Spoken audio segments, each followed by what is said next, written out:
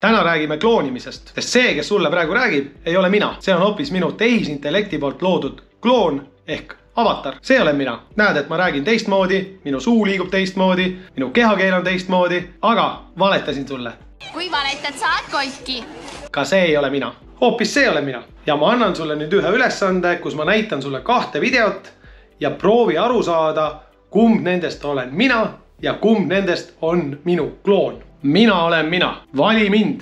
Ära usu, mida see teine vend siin räägib. Tema on tema. Tee õige valik. Vali mind. Õige vastus on mitte kumbki. Mõlemad olid minust loodud kloonid. Sa kurat. Aga miks selliseid kloone tehakse ja kus neid kloone kasutada? Tehisintellekti poolt loodud kloonid teevad edaspidi väga lihtsaks video tootmise. Enam ei ole vaja üles panna kaameraid, valgustusi ja mingit setupi. Võtad enda klooni, paned talle jutu suhu ja video ongi valmis. Sedasi saab videoproduktsiooni teha väga lihtsaks ja tõenäoliselt kordades soodsamaks.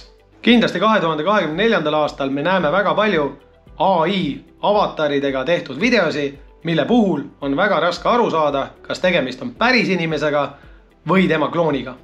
Kui sul see teema huvi pakub, siis vajuta siin video all olevale lingile ja võta minuga ühendust. Võib-olla edaspidi kunagi saame kokku. Tšutšu fei. Fei, tšutšu.